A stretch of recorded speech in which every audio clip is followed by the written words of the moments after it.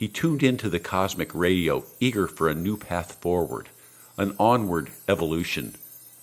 What he heard was an old show tune that sounded like it was coming out of an old radio. And we are lost out here in the stars, little stars and big stars, blowing through the night. Marlowe painted these words on a large canvas in what he imagined were colors of dissonant Kurt Weill music: orange, dark umber, purple. But were song lyrics written by Maxwell Anderson a proper subject for painting? He looked up toward heaven, and no voice answered. He heard only static, silence. Nothing was coming, no thought whatsoever. So he picked up a book by André Malraux, Man and His Art. Marlowe flipped randomly to page 125, a bronze by Degas of a horse, and scanned the text. Nothing, nothing, blah, blah, cinema and the plastic arts, something about movement, blah, blah, blah. Next page, something about the liberation of art from the narrative. Dimly, across the mists of time, we seem to glimpse a rough-cast mask, chanting and swaying to the slow rhythm of a ritual dance, and blah, blah, blah. Marlowe picked up a Bible and rapped his finger blindly on the phrase, "Are you not responsible for these obscenities?" Then, from the works of Carl Jung, the plight of the individual in modern society. Then he turned to the dictionary. Enigma, a riddle. He painted these random phrases on cardboard, laid them out on the floor, shifted them around, picked up other pieces of cardboard with words on them, hoping to spark something, but it all went nowhere. The universe was handing him zilch, and in the end, he painted over the words. Later, he discussed with the poet he greatly respected how the universe was sending him sinister messages and how he felt inadequate in his response. She said he did exactly the right thing by painting over the cardboard, that he didn't have to accept what the universe was sending him, that he could refuse to accept that version of reality and construct a better path.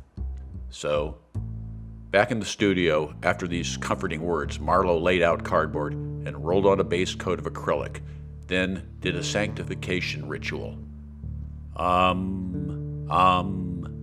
Inhale, exhale, deeper, deeper.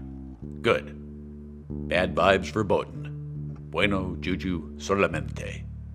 He waited and waited and waited. Not an idea in his noodle. Nothing. Once, he'd been king of the noodles, and he'd won the noodle eating contest. But that past glory was long past. Shouldn't poetry be easy for the poet? Shouldn't there always be a new song for the songwriter? Shouldn't there be infinite creativity? Or can it stop one day like a stream that just peters out? And he repeated imperfectly remembered words from Psalm 137. By the rivers of Babylon, there we sat down, yea, we wept. We hanged our harps upon the willows in the midst thereof. Oh, how can we sing in a strange land? Marlowe was always touched by the beauty of that imagery, but he went back to check the biblical text. He realized he had forgotten Psalm 137's brutal last lines. Fortunate is the man who will seize and dash your babies against the rocks.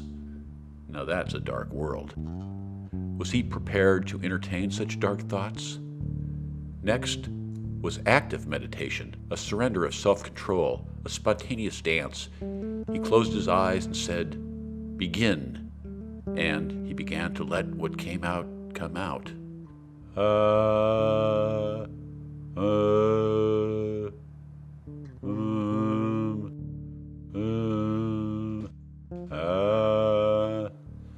And he entered a vivid dream state to glimpse ancient memory in the primordial DNA, some ancestral past, some temple of antiquity with open ceiling and crumbling walls, some ancient temple of love where seagrass tangled with shoregrass.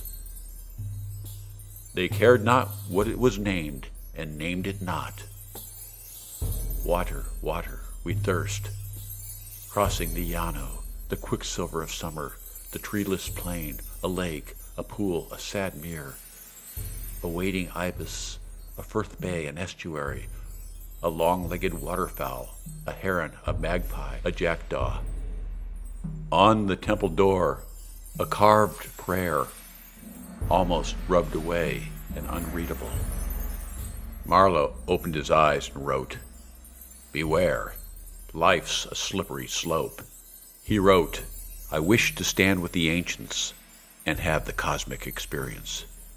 He wrote, "Vanity of vanities, all is vanity, useless, meaningless, and transitory. But while there is life, live. Vitality is all." He wrote, "The wind blows, the trees are drunken.